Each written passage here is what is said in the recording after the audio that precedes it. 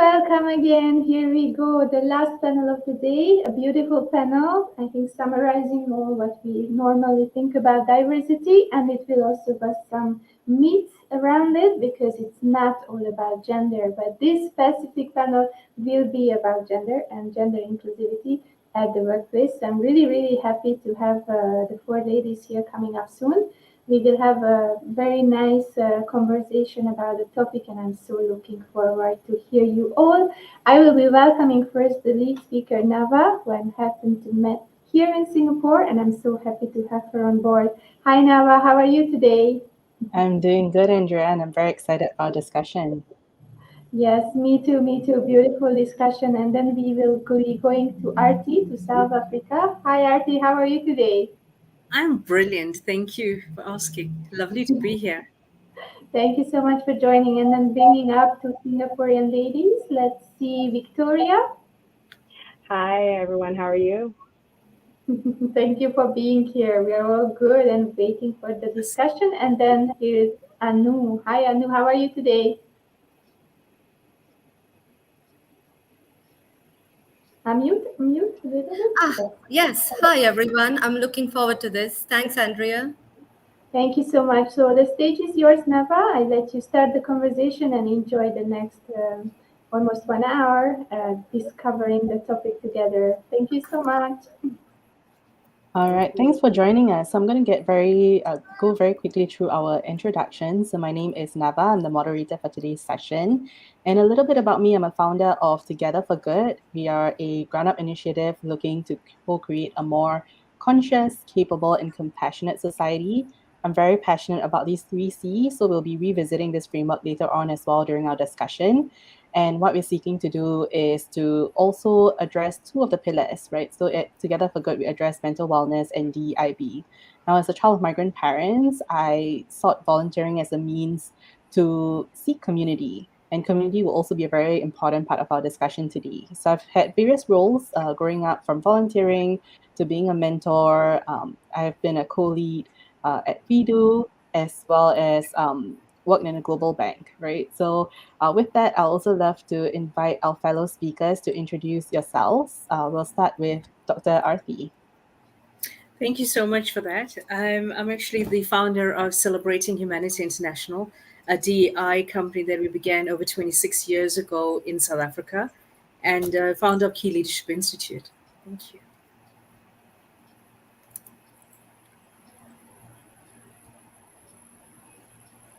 Anu, would you like to share about yourself? Sure. Hi, I'm Anu Shenoy. I'm the founder of a femtech startup called Vera Life. At Vera Life, our purpose is to create a positive impact on the quality of lives and careers of women. So we provide integrated and bespoke support to women from early pregnancy to early parenting and then even transition back to work. I'm a computer engineer by training, and I worked in tech for many years. And then after my MBA, I worked in oil and gas for another decade or so. I quit a few years back to follow my passion, and this is what I do now. I'm very passionate about changing the narrative of women's health and careers. I live in Singapore with my husband and my 13-year-old daughter. I am an avid reader, traveler. I'm also a new founded sort of biohacker and a fitness freak. Fantastic. And I'm Victoria. I am from Hong Kong. I'm dialing in from Chiang Mai today. I am a communications professional, and in the past 12 to 13 years, I've worked in multiple industries, starting from nonprofit, public relations, then tech. So from working with migrant workers to refugee women, to then being the only senior hire who's a female in the tech industry. I believe diversity and inclusion has always been a topic that's very close to heart.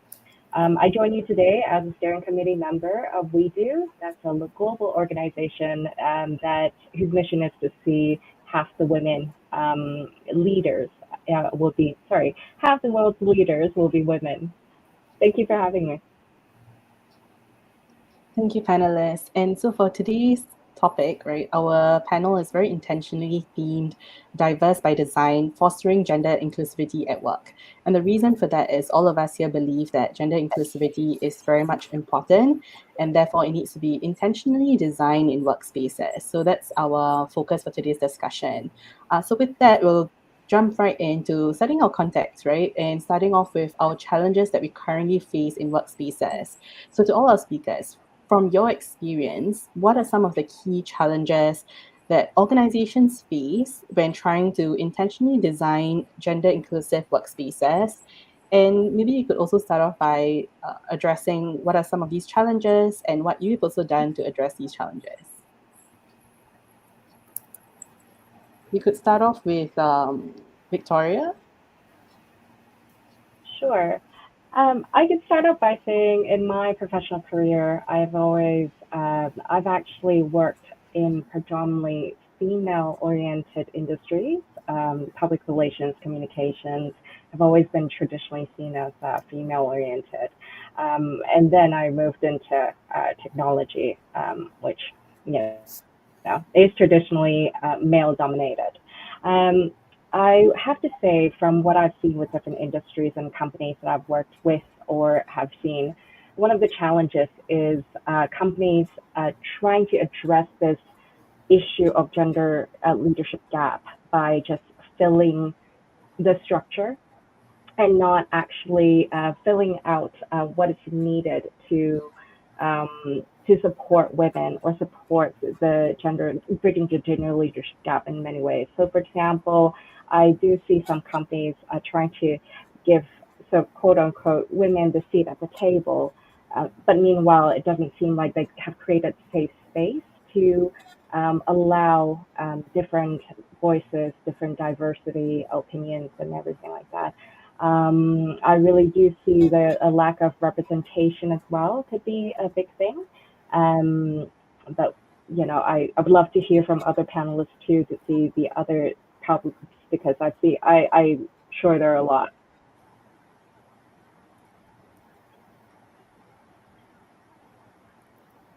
Okay, I can go next on this. Victoria, thanks. You've raised some really important and relevant barriers that come into play when we talk about gender diversity and equity.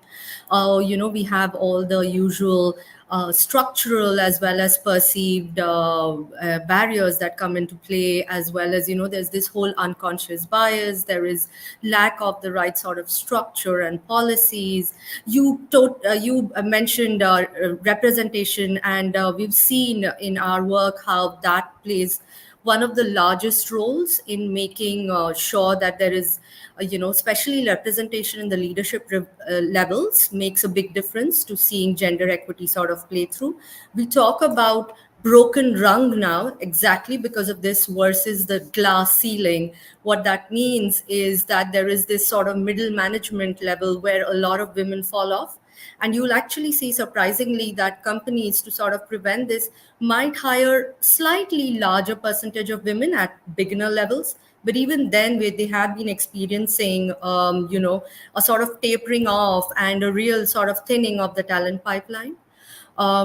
And then we mustn't forget, from where I stand, I see that women not just shoulder all of these problems and structural inequities at work, but even in their own homes, right? There's a lot of unpaid labor.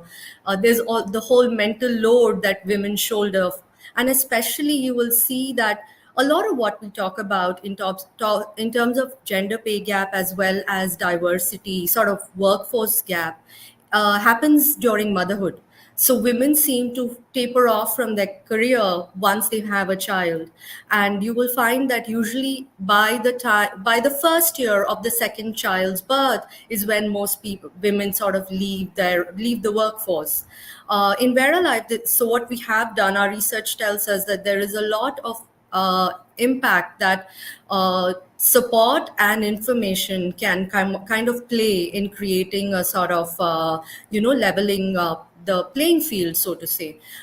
In Vera Life, what we do is we provide, and that's my startup, we provide comprehensive, integrated support as well as reliable information to women throughout their motherhood transition and journey. So starting from early pregnancy all the way to transition back to work. So they get a maternity coach during the pregnancy journey, and they get a career coach as they transition to work. And this sort of helps them feel that they're being seen and they're being supported.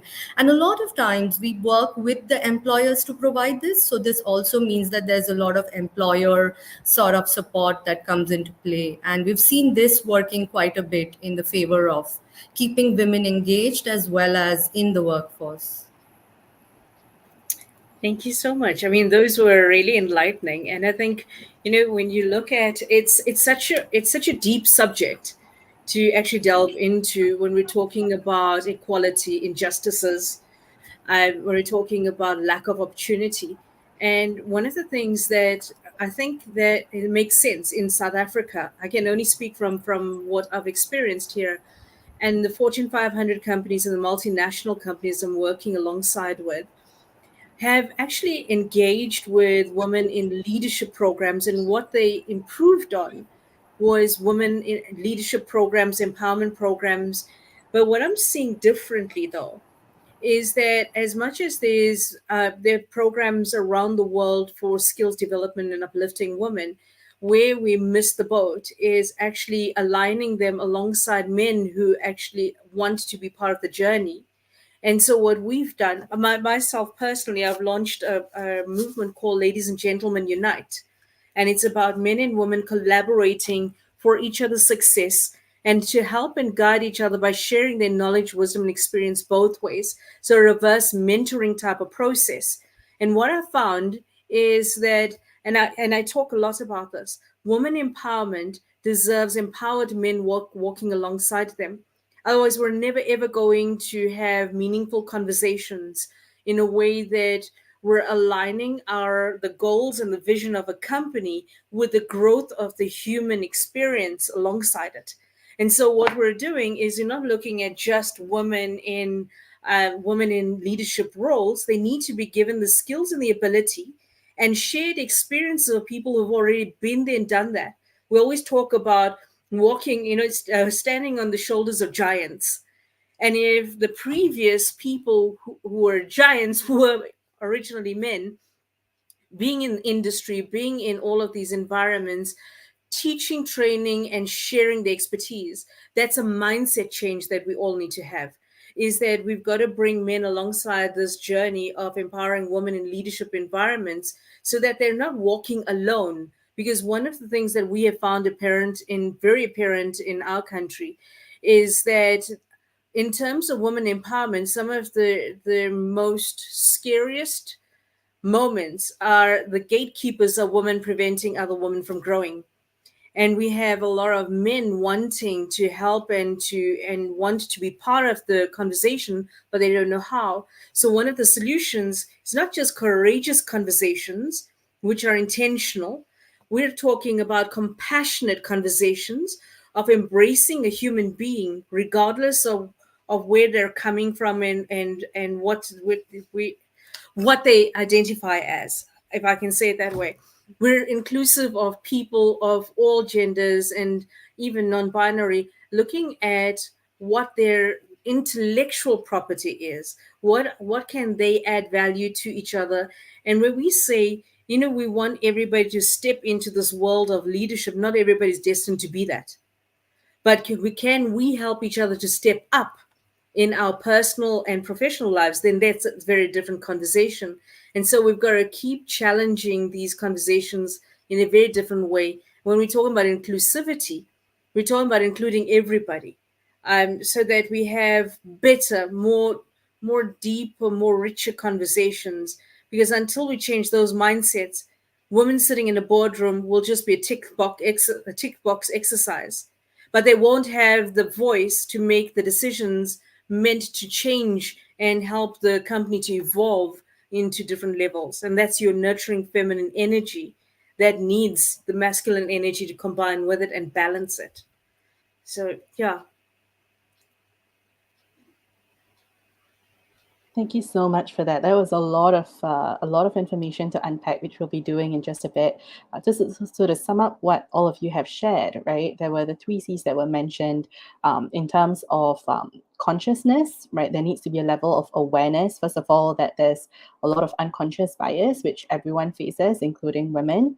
And then to just address some of the nuances that we spoke about in this conversation, it also includes things that like there's several gender identities, right? For this particular discussion, we might not go into all of the identities, but we can keep that in mind as well. And that there's privilege in assessing information and knowledge. Everyone has unconscious bias, and that there are also very intersectional identities that play a role in how the support and learning needs to take place as well to ensure that there is benefit and we can truly achieve inclusivity. So in terms of the three C's, we've addressed consciousness, right, and the need to be aware of unconscious bias and also about power dynamics. So there was quite a fair bit of mention about how in leadership structures there needs to be better representation. And that comes with also understanding it at a leadership level that there is that disparity in that dynamic.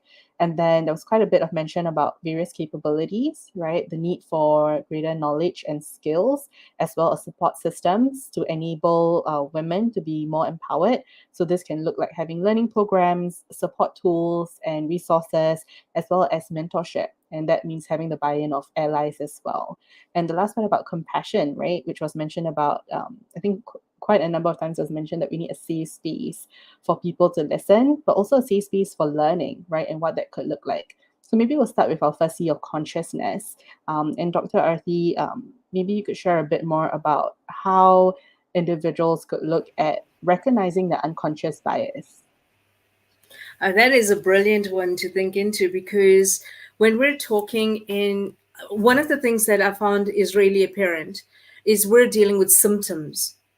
What we're working with are symptoms of past histories, behaviors, religion, governments, control, policies, systems, laws. All of this was driven by a masculine energy, right?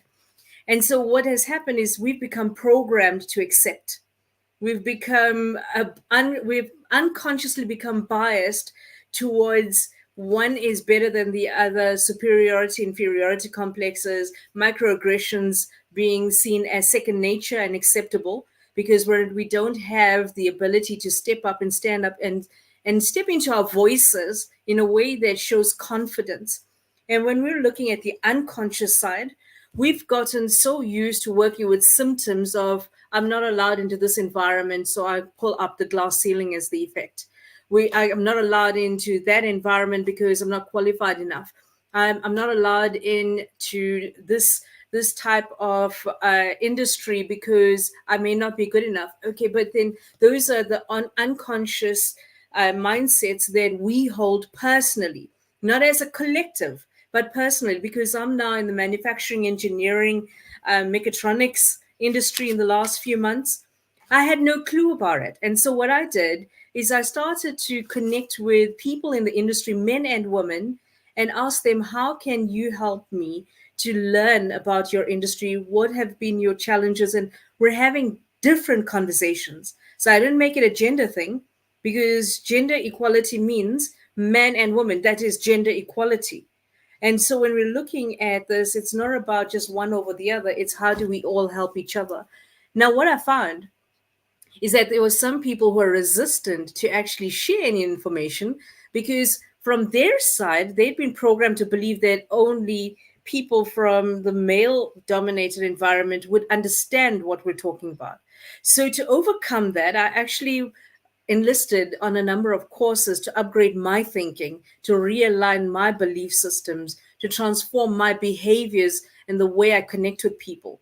One of the things that I found that makes a massive difference is learn how to respect people in the way they wish to be respected, which means you do not dumb down the reality and the brilliance of who you are. What you do is you look at the amazing knowledge and expertise you bring to the table, and on the basis of respect being your foundation, the way that you speak into a person and the way that you engage with them makes a massive difference to where that conversation would go. So unconsciously, what I'm doing is I'm working on my biases. I'm looking at the trigger points and also the causes of what would prevent me from growing, being better, and from breaking the stereotypes or the biases other people have, which means that I've got to work on myself first.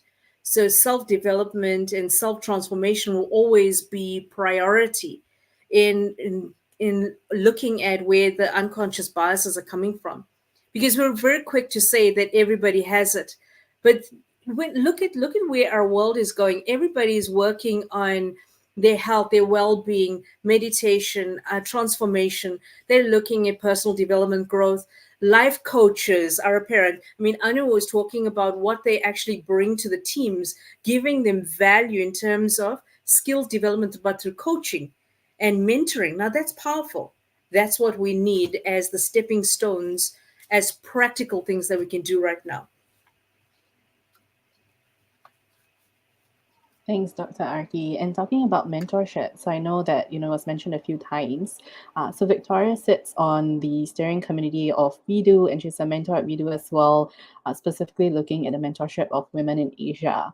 So Victoria, from your perspective, right, how can organizations also look at enabling greater mentorship capabilities to ensure that women are more empowered to not only move up in the workspace, but can also go through a transformational journey in terms of their self-development? Thank you, Nava. I first, before I get into that, I also want to echo what Dr. Arthur is saying too. I think part of what fostering gender diversity is about understanding different side of the perspectives, and without that, we really cannot foster anything, and we'll risk being an echo chamber. So from working with a lot of women organizations, I do feel that having that representation from anybody and having that conversation is very vital.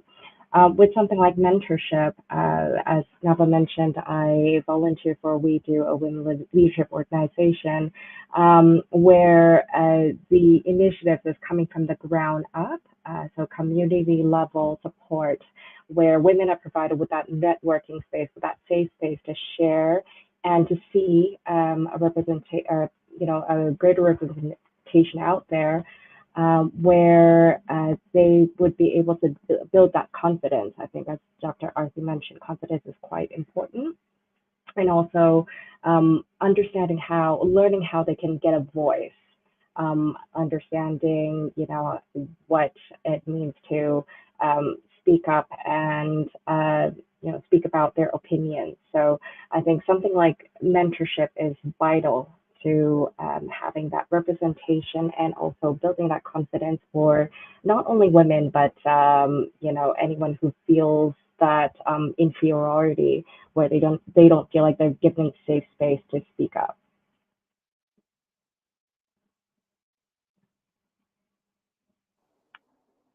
Yeah, so I also had a very similar question to Anu about mentorship, because you also mentioned about mentorship. So feel free to jump in, Anu. Sure.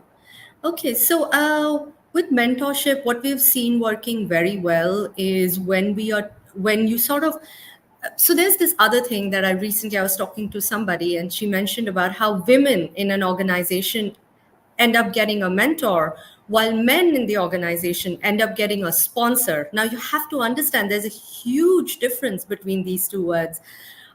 It's great to have a mentor. You get great advice, and advice that comes from deep experience. But a sponsor is the person that will go out there and fight for you, stick their neck out for you. And a lot of men have that, especially in rooms where decisions are being taken about who's going to get that, that visible project to lead, or who's going to get that next promotion, or, during appraisal conversations and so on. So while we are talking about mentorship, and it's also important for the women that are receiving the mentorship to see how that can be turned into a sponsorship conversation.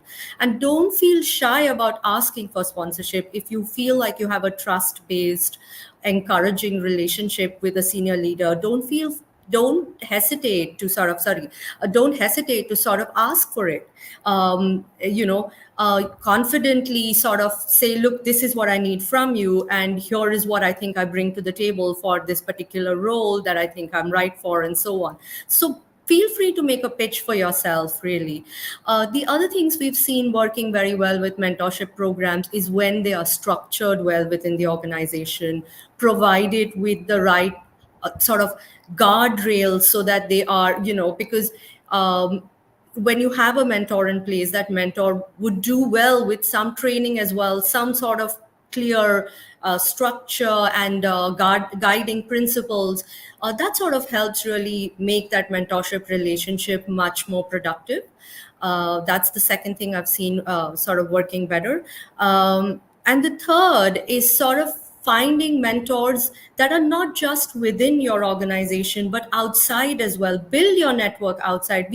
We are not gone are the days when you're building a career in one single, and you never know, the world's so small. When you build a big network, you will see how that sort of empowers you wherever you are, if you choose to stay there as well. So that's something that I want to like sort of emphasize on.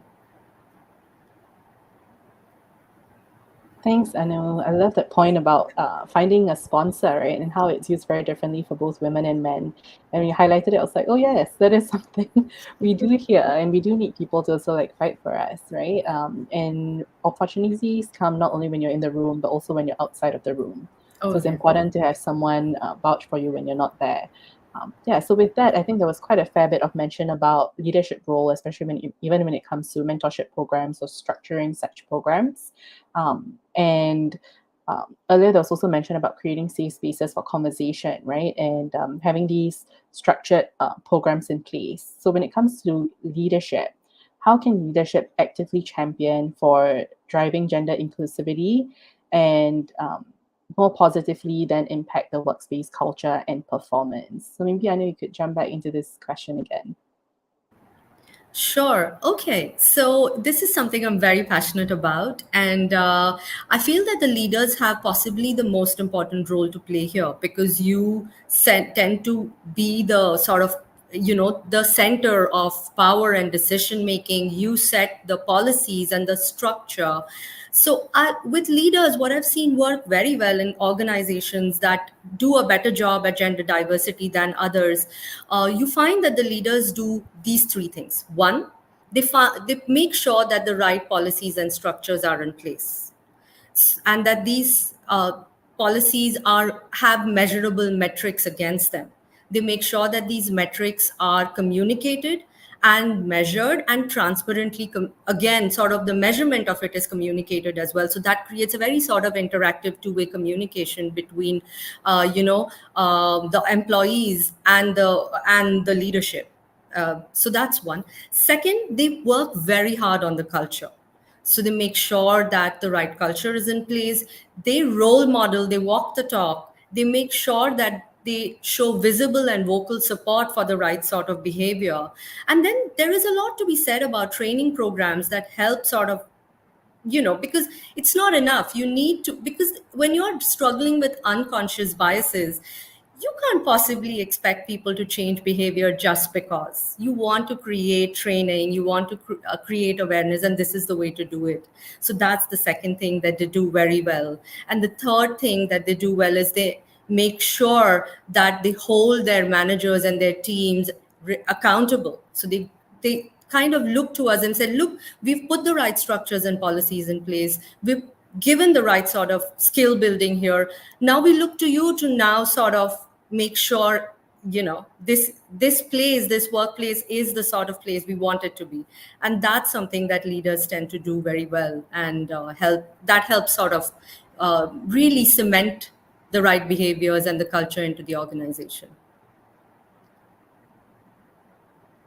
Right, and Dr. Arti, you've written and spoken quite widely about compassionate leadership. So I'd also love to hear from you about your angle about compassionate leadership in the workspace. Thank you for that. I'm absolutely loving what Victoria and Anu have been sharing here, because for me, the thing that I started off with is I'm looking forward to learning from everybody. And one of the things that I believe in leadership that we should start with, because I believe in creating compassionate leaders of influence, what that means is that first and foremost, we come to the table with humility, of knowing that we can become lifelong learners by embracing other people regardless of where they come from.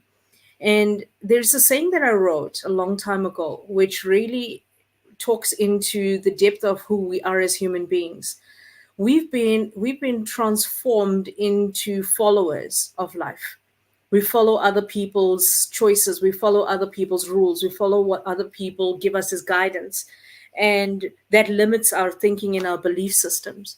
And so when we're looking at compassion in the work environment, we also need to understand that when we hire people, our where we're coming from in terms of rights and fighting injustices is we want to see more people in positions of power, the power and ability to speak up for themselves, to have the most welcoming, safe working environment where they don't feel intimidated. There's no bullying, there's no rejection, no intimidation, there's no body shaming, there's no belittling, there's no sarcasm. There's so much no's that we're fighting, right? And so if we look at the work environment from a basis of compassion, we need to know the difference between compassion and empathy to start with. Empathy is the feeling, it's the emotion that you feel for your fellow human being. You may not always understand their journey, but you feel for them. And there's a different type of understanding. And then compassion is a behavior, something that we have got full control of and choice in the way we interact with a person. And I always say to people, when you are interacting, create an environment where your presence brings thoughtfulness and kindness to the conversation, that you are speaking life and love into a person's life in the way that you interact with them, from your tone, your body language, from your intentions of what you want them to either grow from or learn from just by being with you. And so when you look at compassion in the work environment, how do you lead that? First, have compassion for yourself, because then you create boundaries and learn how to say no to the things that does not serve you and yes to the things that do. And then when you take that to a different level, you start to see the confidence building in the way people become more curious about each other. And once we start to let go of all of these facades that we bring into the work environment, because how can I put you into a leadership role if I do not know the depth of who you are as a human being? Because you're coming to this work environment with your traumas, your understanding of life. We don't know what happened in your past, your circumstances, even in the way you grew up. Well, what did your parents speak into you? Was it you're good enough or not good enough? And when we walk into a work environment, men or women, we're not seeing all of that. We're just saying, we need to actually put more of these people into these positions. But what Anu said, education. What Victoria said, mentorship. But what type of mentoring? Reverse mentoring will challenge a lot of thinking, because then you've got people connecting across age, language, sexual orientation, belief systems, religion. It does not matter.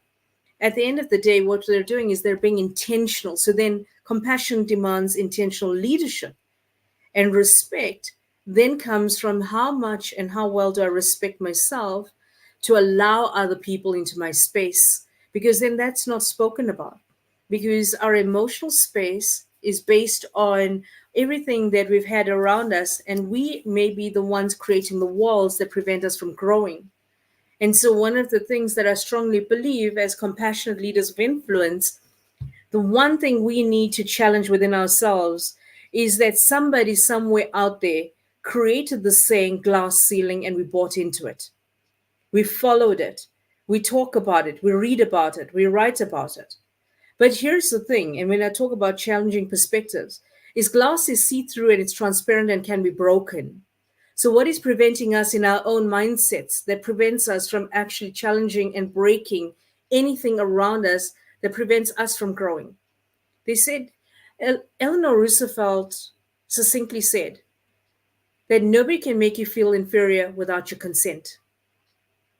So what do we want to do? What do we want to create in conversations, in mentorships, in getting sponsors? How do we step up into that conversation powerfully? And we don't demand it. We embrace it and say, this is something that we are willing to accept.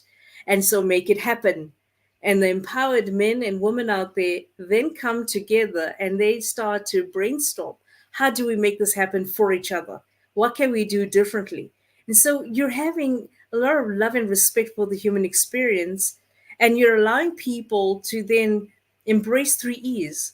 And that is embrace your past, because that's the lessons that we need to learn. Evaluate your current present situation, because it'll teach you what you do not know and need to know. And you can invest in that in your future, and then evolve into the future you deserve. And that is where this entire humbling humility process comes from, is that we're always seeking to learn from each other and with each other on this journey. Thanks, Dr. Aarti. That was very well said. And I think there were a number of points that you had mentioned. And I love how you also summed it up in the 3 E's of embrace, evaluate, and to evolve into the future self that you deserve. So I really like that. And with that, there was quite a fair bit of mention about having these conversations and learning, right? And starting where you are as well. And so education is a very important part, whether it's formal or informal, even through conversations. So Victoria, earlier you mentioned a bit about ground up support, right? And ground up initiatives as well. So not everything is just at a leadership level. So how do training and education programs then contribute to creating a more inclusive mindset? Thank you. And I also wanted to draw on my background in communications as well. So I guess in addition to education program, I'm a big believer in raising that awareness for, what needs to be, all the community issues that are out there. So starting from refugee women and migrant women, understanding that they also have different cultural sensitivities. That is a very important element to be raising awareness to let people know, the differences out there. Part of, I think, bridging the leadership gap is also understanding the privileges that we have. Maybe that's going back to Dr. Artie's point about understanding ourselves first. Going back to your question, though, I believe education is absolutely pivotal. Not only to educate, I think I saw in the comment, not only to educate women, but also on all parts, bringing the different perspectives to the workplace, understanding, what the differences are. For example, I am learning every day as I mentor my mentee, who is a wonderful woman from Bangladesh, and she and her sister are the only 2 women in her family working. And that isn't something that someone who's born in Hong Kong, raised in Canada, would know. And so I'm learning every day, actually, to to understand my privileges and what I bring to the table. And hopefully that would, by understanding each other, that can bridge the leadership gap and bridge the unconscious bias that we might have about ourselves or about women in general. Thanks, Victoria. And Dr. Aarti, you've also started a lot of your career with learning and development, and something that you still continuously do. So talking about education, right? And also teaching, like, say, rural communities. What are some of your learnings and takeaways from being in the space? That's a brilliant question. So, growing up in South Africa, we went through the apartheid system, and I was 18 when I was one of the last groups of youngsters that experienced apartheid system, and then we transitioned into the new one. But at that age, being in a country that was segregated according to the color of our skin and our community showed me that there was a massive disconnect when I came into the work environment, because a lot of the companies are built on Western principles, Western etiquette. Everything is driven by a different culture and a different belief system. And when you look at employment equity, affirmative action, and all of the things meant to realign the injustices of the past and to give people who are previously disadvantaged a position in the work environment and an opportunity to be able to enter this environment, a lot of the companies did not understand how to embrace community culture into a very individualistic culture that was already apparent. So Anu even spoke about this earlier when she was talking about a value, bringing the values of people into the work environment. And that's important because our understanding of values, all of us have got values based on where we come from. We're brought up with values. But in the work environment, they differ because we all have got different understandings of it and interpretations of it. And so when I was in the rural areas, I noticed that the community-based culture had a different way of embracing and uniting people together. And they came up with some incredible concepts that was really powerful that are brought back into the business environment. And it is the simple things that we keep forgetting about because we've been told that our cultures are not good enough and that the business culture and organizational values is the key. The problem, though, is that your top level executives are all of the similar culture who've gone away on a weekend, had an amazing drinking fun spree. They thumb sucked some values, came back to the work environment, said to their management, their senior managers, by the way, these are the values our company needs. Go forth and train and inspire people to now fall into line with these values. Now, what I found is that the understanding of values was where the disconnect was. Now, when we talk about diversity, equity, and inclusion, I created the Celebrating Humanity experience so that people can celebrate and be excited about the brilliance of who they are and what they bring to the table based on their cultural beliefs, the solutions that they have, which we don't talk about. It's always, let's go and read a Simon Sinek book, a John Maxwell book, and all of the things. Where are the female books? Where are the ones based on community culture, community leaders? Where are the books where it's about storytelling, about integrity, about unifying people? There's a small concept which is massive in Africa. And when I was with the Zulu tribes here in South Africa, the one thing that stood out for me is a concept called umhlangano, and it's meeting. It's the meeting of the people. The leader and the elders sit at the top, but everybody sits in a circle around them. And the leader will ask a question and then does not speak for hours. The whole time, the people in the community stand up, and when somebody's standing up, they speak, everybody's quiet. They can argue a point, they can add to it, it does not matter. The fact is, people have a voice. And the leader with the elders will only speak once everybody has given input into a project, an idea, or an investment that people want to invest in the community. Now bring that back into the corporate environment. Your board of directors make decisions. And the CEO or the managing director is the one that'll say what needs to happen, and then everybody else needs to give their little baby inputs. But at the end of the day, the decision's been made. You don't have a voice. Now you want people to come into that environment who don't have a voice, previously disadvantaged, coming from a background who are not given the ability to even say anything and not given the respect to even be given the platform. Now look at where the disconnect is. Leadership on a very different level needs to be changed, adjusted, and there needs to be a different way where everybody's voices are included. So if we brought what we learned from community-based cultures, the Eastern cultures, the African cultures, people first, not profit, people first. You don't have to have a lot of money to have a wedding. Your family and your neighbors and everybody else will come together and make it happen. It's about working across departments, levels. It does not matter. In a business environment, the same concept will work. And then you don't need team building. You don't need communication training. You don't need to build trust because people believe in each other and that they are dependent and independent on each other.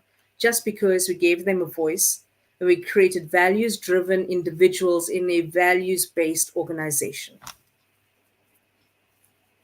Thanks, Dr. Arthi. And I love this idea of how voices need to be included and it can be very much ground up, right? So I think we've spoken about this earlier as well in various avenues. I know you also shared about how your platform also provides support. Again, it's also from, your experience that you've developed this. So something that we can go back to is like the power of communities, right? And I think we've shared this in different avenues about holding space for conversations and things like that. So with the power of community, some things that we do see in workspaces are employee support groups or resource groups. So Anu, from your perspective, right, how can such resource groups or even similar structures play a role in fostering greater gender inclusivity?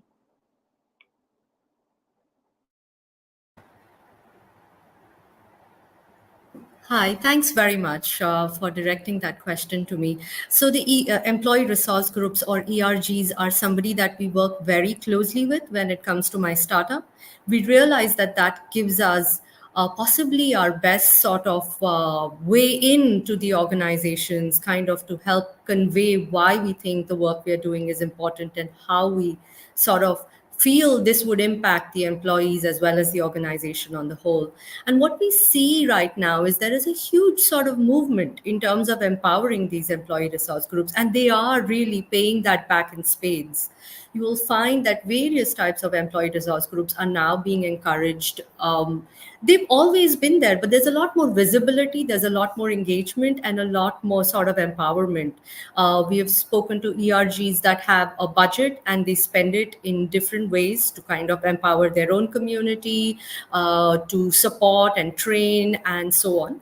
And we find that ERGs play various different roles. One, they obviously improve sort of engagement rates within the employees. They allow for a sense of belonging because now you're able to speak to and understand from the experience of others who are like you and who are able to tell you or even preemptively tell you, look, this is the challenge I faced when I came back to work. Here's how you can sort of ensure it doesn't happen to you, or I know I was bullied and here's what you can do, and these are your rights, and speak to HR and so on. So there's a lot of communication that happens within which sort of help and empower employees. Secondly, it also helps them to sort of have that voice within the organization. So the ERGs are able to find a way to communicate with leadership. So they sort of amplifies the voice of communities, and that makes a real difference. And the third thing that we see happening with ERGs is how they're able to sort of work across as well, because you will find that these various communities are bringing a whole variety of people together, and there is a lot more understanding of how intersectional sort of, inequities come to play, and there is that conversation that happens. There's a lot more awareness that they bring into play. So absolutely, more power to the ERGs, we say. Thanks, Anu. And so with that, I think throughout our discussion, we have, tackled the 3 C's of increasing consciousness, improving our capabilities, as well as extending compassion, whether it starts from ourselves or what we can do for others as well, right? And to do this from a top-down and bottom-up approach. So with that, with the interest of time, we've come towards the end of our panel. So before we go, maybe all of our speakers could jump in to just share one trend that you hope to foresee in the next decade, in regards to more intentional efforts in fostering gender inclusivity. So we'll start with Anu. So I think one of the things we see as a biggest trend is just better family friendly benefits. There is a lot of focus on that. It does improve inclusivity. There is also the whole flexible work arrangement change that's happening everywhere, and it has its ups and downs, but there is a definite shift towards it, and that's something that we really herald as a great change. Victoria. If I can talk about 2 trends, I'll make it quick. I think I'd be really interested to see what the future of work, as we're already in, is shaping the freedom of choice, not only for women, but all people from all around the world to choose how they want to work, and especially with women, about how they would like to choose their work-life balance, with balancing family life as well.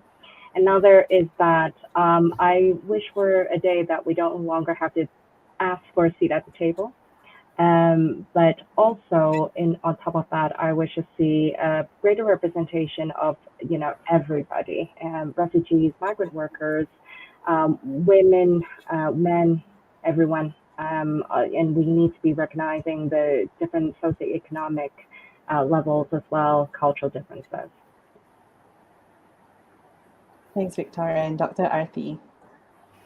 I think very quick because our time's up, but I think a blind recruitment process where people are recruited based on skills and ability rather than a name and agenda on a piece of paper. That's quick enough. All right. Thank you so much. And thanks for joining us today. And we hope that you will do what you can in your own capacity to practice the 3 Cs. Thanks, Andrea. Thank you, Nava. Thank you so much. It was such a beautiful panel and so much knowledge. We have to really listen to it again and again so that we can get everything out of it. So please, whoever has been watching it now and will watch later, please take your time, watch it and listen to it bit by bit, because there are so many mini messages, wisdoms, and learnings in this beautiful 50 minutes conversation. Thank you, Nava, for leading the panel, and thank you, Arti, Anu, and Victoria for being here today and being our last panel. But not least, we are moving to the networking session, which is the last event of the day. Hope to see you there all. If you have been getting a ticket, you have been invited and you got all the access information. See you there. Thank you so much, ladies, for tonight. I appreciate you. Thank you so much. Thank you. Thank you. Thank you. Bye. Thank you very much. Bye, everyone.